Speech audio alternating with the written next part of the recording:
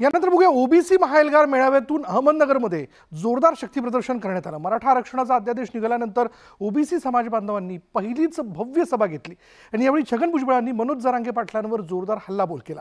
तर राष्ट्रीय ओबीसी महासंघाचे अध्यक्ष बबनराव तायवाडेंची अनुपस्थिती चर्चेचा विषय ठरली। पाहूयात हा रिपोर्ट।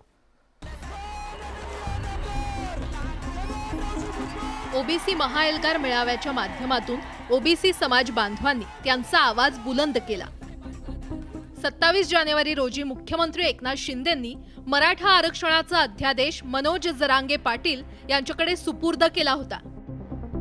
त्यानंतर छगन भुजबळ यांनी आक्रमक भूमिका घेतली होती।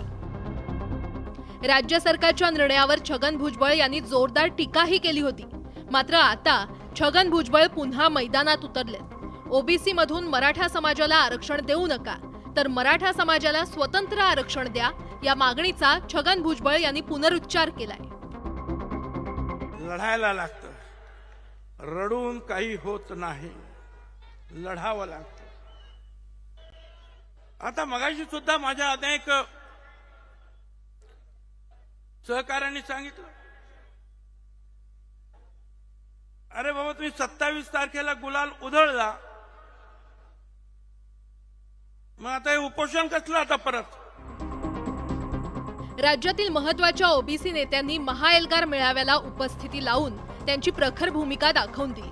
मात्र महाएल्गार मेळाव्यात बबनराव तायवाडे उपस्थित नव्हते। राष्ट्रीय ओबीसी महासंघाचे अध्यक्ष असलेले बबनराव तायवाडे यांनी मेळाव्याकडे पाठ फिरवल्यानं चर्चेला उधाण आलंय।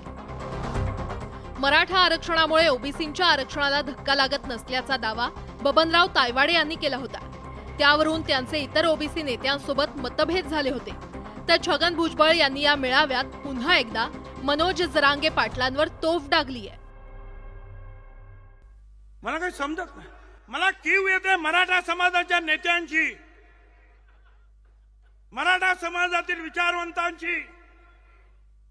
अरे हा कसा तुमचा नेता? तो म्हणतो बजेटमधून आरक्षण देता येतं का बघा,